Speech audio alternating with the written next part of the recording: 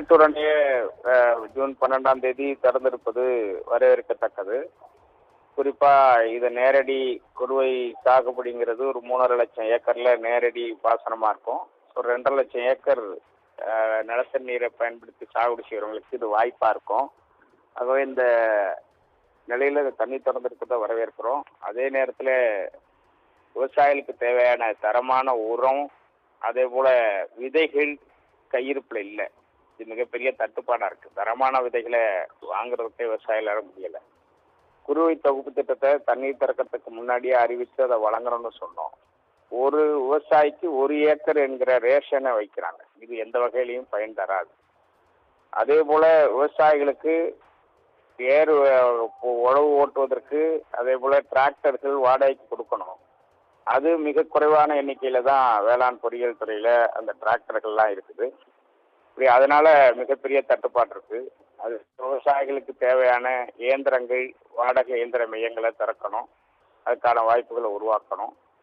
வேளாண் துறையில காலி பணியிடங்களை நிரப்பணும். குறிப்பா காவிரி டெல்டால மைய மாவட்டமா இருக்க திருவாரூர்ல தான் அதிக பொருவையெல்லாம் இப்ப சாகுபடி செய்ய போறாங்க. ஆனா 10 வேளாண் உதவி இயக்குநர்கள் இருக்க வேண்டிய இடத்துல 2 பேர் தான் பணியாற்றினாங்க. ஆகவே அறிவிப்பு என்பது வார்த்தை ஜாலங்களால் மட்டும் திட்டங்கள் நிறைவேறாது. உரிய அடிப்படை நடவடிக்கைகளை அரசு மேற்கொள்ளணுங்கிறத நாங்கள் வலியுறுத்துறோம். மற்ற மாநிலங்கள்ல புதுச்சேரியில கூட ஹெக்டேர் ஒன்றுக்கு 15,000 ரூபாய் ஒவ்வொரு ஆண்டும் சாகுபடிக்கு ஊக்கநிதியா முழு மானியத்தில் கொடுக்குறாங்க. தெலுங்கானாவில் 15,000 ரூபாய் ஏக்கருக்கே கொடுக்குறாங்க. ஏன்னா தமிழ்நாடு அரசு அதை கொடுக்க மறுக்கிறாங்க. விவசாய உற்பத்தியில பங்கேற்க மறுக்கிறாங்க. ஆனா உற்பத்தியே மிகை காட்டி அதுல அவங்க பாராட்டுக்கிறாங்க.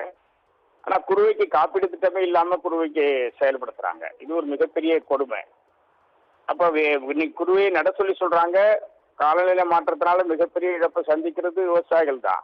அப்ப விவசாயிகள் காலநிலை மாற்றத்தால இழப்பை சந்திக்கிற போது அதுக்கு காப்பீடு செய்து இழப்பீடு பெறுவதற்கான வாய்ப்பே தமிழ்நாடு அரசு பொறுப்பேற்றத்திலிருந்து திமுக அரசு ரத்து செய்திருக்கிறாங்க. எந்த நம்பிக்கையோட, எந்த உத்தரவாதத்துல சாகுபடி பணியில் ஈடுபடுறது? எனவே உடனடியா 15,000 உற்பத்தி செலவுல பங்கேற்கிறது போல அரசாங்கம் கொடுக்கணும்.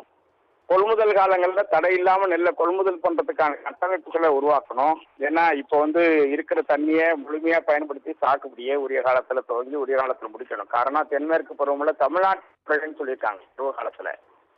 அது பற்றியான ஆய்வுகள் முன்னாடி வெளியிட்டு இருக்கிறாங்க.